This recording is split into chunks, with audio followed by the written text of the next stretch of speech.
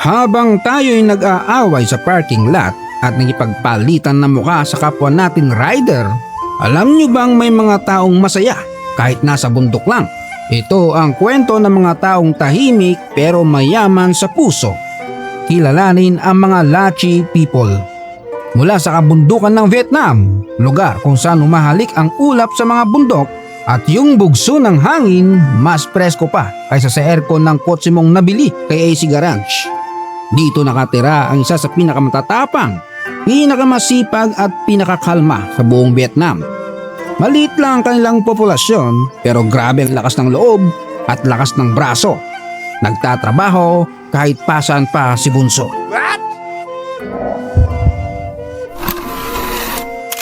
Tito John's TV. Matatagpuan sila sa mga bundok ng Hagyang Province sa mga lugar na Wang Suu Phi at Sinman, kung saan parang kopya ng Banawe Rice Terraces ang kanilang palayan. Gaya ng mga Igorot, para sa mga Lachi, hindi kailangan ng lupaing patag basta may tiyaga.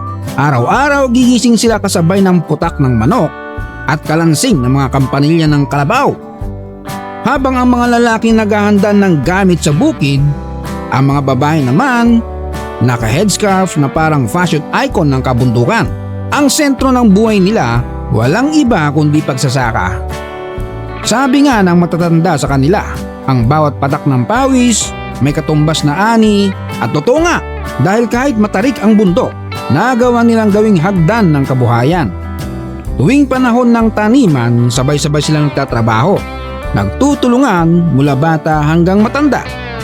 Habang nagtatanim, kumakanta sila ng mga sinaunang awitin, parang nagko-concert sa bukid. At ang matindi nga dyan, maghapon nang nakayoko, ang iba may pasan pang bata sa likod na dagdag pahirap. Bawat butil ng palay na kanilang itinatanim may kasamang dasal at respeto sa lupa. Ayon sa kwento ng mga sinaunang Martes sa lugar nila, noon daw ay mahirap at pagala-gala lang ang mga Lachi. Walang permanenteng tirahan, walang direksyon. Hanggang isang araw may lalaking lumitaw, matalino, mabait at may puso. Tinuruan niya mga tao kung paano mag-ayos ng taniman, mag-alaga ng hayop at magtulungan. Siya ang naging unang leader. At dahil sa kanya, naging sibilisado ang mga Lachi. Kaya ngayon, kung may award night sa kabundukan, siguradong panalo siya sa Lifetime Achievement Award in Farming. At eto pa ang isang malupit sa mga to. Nag-aalaga pa sila ng karpa sa loob mismo ng palayan. Habang tumutubo ang palay, may mga isdang naglalaro sa ilalim. Ang mga isda, sila ang pest control, kumakain na insekto, damo at lumot. Tapos yung dumi nila, fertilizer. At syempre may pang-ulam na dagdag income pa. Ayos din.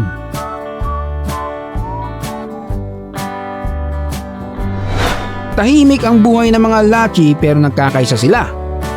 Walang mayamang, walang mahirap, lahat nagtutulungan. Kung may pagkain, lahat kakain. Kung may problema, lahat kikilos. Sabi nga nila, ang tunay na yaman ay hindi pera, kundi pagkakaisa. Isang beses sa isang linggo nabubuhay ang buong baryo. Pinakaaantay nila ang market day. Dito sila nagbabagsakan. Hindi lang bentahan ng gulay, may chismisan, may harutan, may reunion, parang festa. Dito sila nakakasagap ng balita o update sa kanilang mga kakilala at kamag-anak. Hindi lahat may cellphone, ang iba walang paki at ang iba walang pampambili.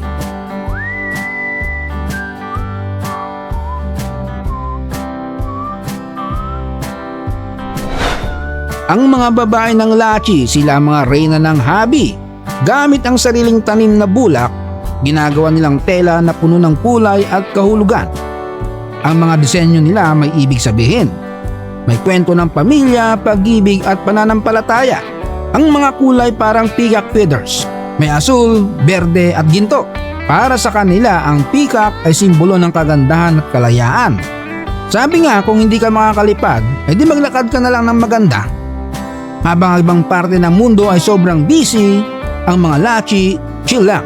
Nagpapahinga kasama ng pamilya, nag-iinuman ng tsaa sa tabi ng apoy, tapos titirada ang mga damatans ng mga kwentong kutsero na may halong aral at kilig. Ang simple pero puno ng lalim ang buhay nila.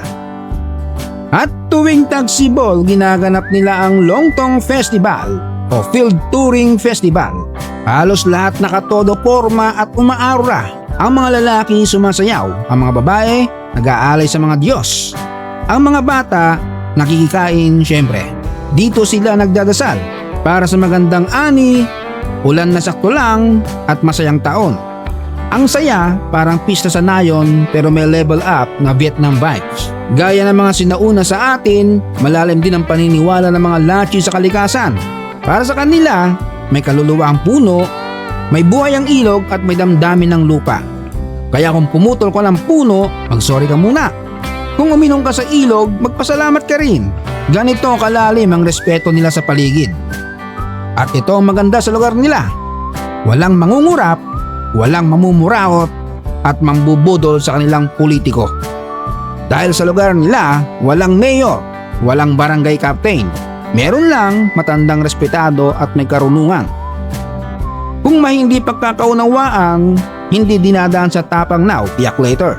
Sa kanila, lahat ng bagay nadadaan sa mabuting usapan.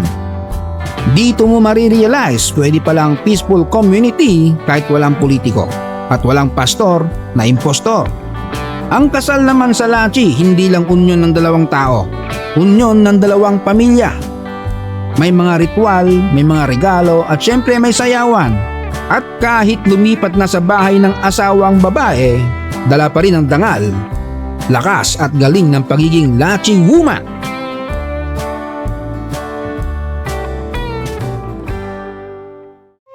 Sa kabundukang ito ng Vietnam, nananatiling buhay ang tradisyon. Ang bawat kwento, bawat kanta, bawat ani, lahat may kasamang aral.